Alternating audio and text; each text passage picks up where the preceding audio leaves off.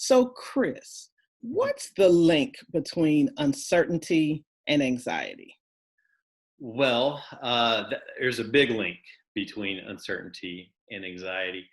I look at it like this, and I've read this from what other people have written that uh, when something causes you fear or anxiety, you see that mean dog in the middle of the road. You can turn around and go the other way, right? You can avoid that, and therefore you avoid the anxiety of having to deal with a mean dog in the middle of the road. Uncertainty is not like that. When you are facing uncertain times, when there's a situation that you don't know how this is going to turn out, it's not like you can just sort of turn and walk the other way. No matter what, you are going to be confronting anxiety or confronting uncertainty. And so that's going to cause you all kinds of anxiety depending on how you deal with it. So, what I hear you saying is uncertainty is the dog that follows you, as opposed to a dog you confront and you can kind of get away from. That's probably a good way of putting it. Yeah, and no matter what, you are going to deal with uncertainty in some form or way. Yeah. Okay, since we all deal with it, what are some of the real time causes, or what are some of the real ways people are dealing with uncertainty and anxiety?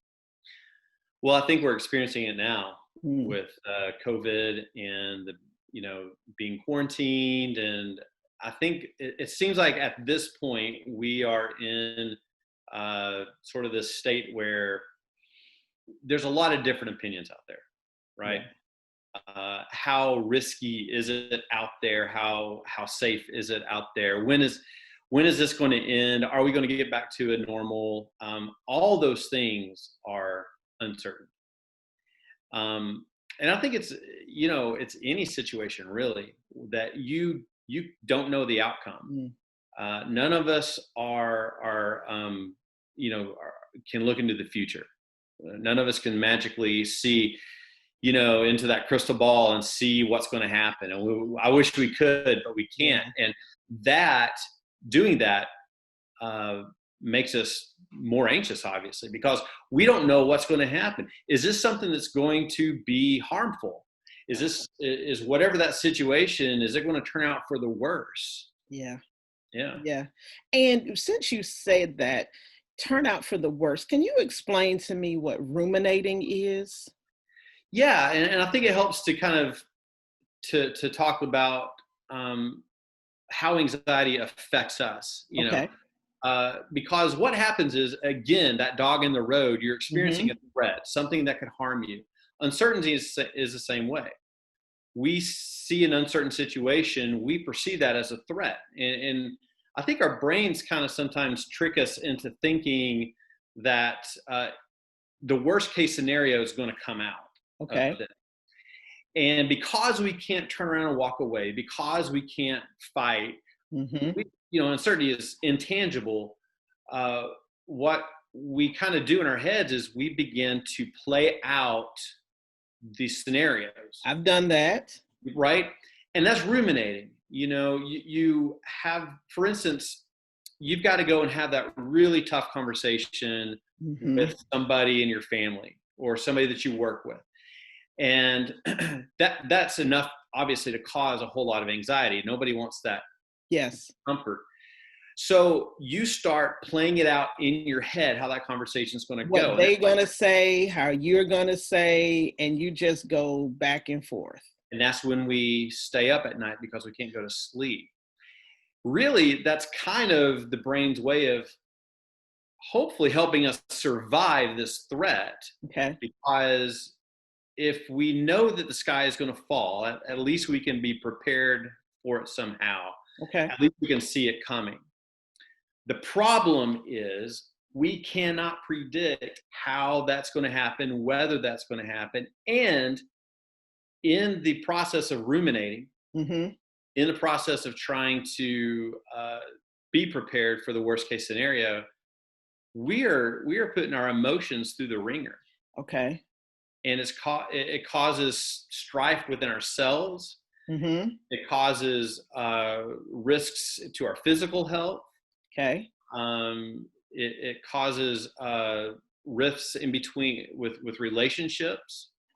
If we're constantly on high alert with anxiety because of an uncertain situation, it's very hard to focus on the people that we love and live with and want to have a relationship with. Okay. So recognizing that you ruminate, is that one of the ways that you can kind of prevent uncertainty from totally overwhelming you?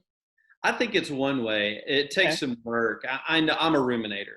Okay. My goodness, and just for the folks out there listening, I experience anxiety. That's part of my history. I Okay. mean, I struggle with it, and so ruminating is a big go-to for me. And the thing that I can tell you is that trying to cut it off when Mm, it first begins, and you kind of sense yourself wanting to go there, that's part of managing that okay. is being able to in your brain say, whoa, I can't go there in my head. I can't predict the future. I can't sit there and Mm, be in that headspace because it's going to tear you up, and then you're not in a good headspace to right. really deal with the issue when it comes. So, what I hear you saying is when you prevent yourself from ruminating, it kind of helps you examine what you can and can't control, correct? Correct. And I think that's really key when talking about uncertainty because here's the thing. In any situation in life, we have the things that you can control and can't control. And I know that Mhm. sounds really oversimplified, but rarely do we actually think about these things. A matter of fact, we get in trouble and get really high anxiety when we mix up the things that we can control and not control. We think we can control the outcome of the situation Oh, yeah. if we ruminate it over and over and over. Well, that's ridiculous. Mm, But of course, we sort of trick ourselves into thinking that. Otherwise, we wouldn't do it, right? So I found it helpful sometimes, especially in really high anxiety, to simply make a list. mm, okay. Um, and under one is here are the things I cannot control in this situation. I can't control how this person is going to react when we talk. I cannot control whether school is going to uh, run as usual that Yeah. when the fall comes, or if they're going to have to switch to some other plan for safety. Here are the things I can control, though. Yes. I can control how I react to the other person talking. Mm-hmm. Okay. And the more I can think about that, Mm, I bring my mind to a better place to actually deal with the issues, and the anxiety level starts going down some. That fight or flight kind of goes away, and I'm able to really logic some things out a little okay. more. It takes some brain work and energy to do it, and that's why I like writing things down because it really makes you work to think about those things. And it gets it out of here, Mm. and it sometimes distances it from here so that you aren't so consumed by what you can't control. It does that, and it helps you really differentiate. Oh, Mm, I can't control that after all. So I'm not going to go to that place in my mind that I'm trying to control okay. the outcome of something that's uncertain. Well, Chris, thank you for sharing all of this wonderful information about how we can help deal with our anxiety and help recognize that uncertainty is going to come, but we don't have to allow it to overwhelm us. Thank you for sharing, and we appreciate all that you do for our community. Thank you very much.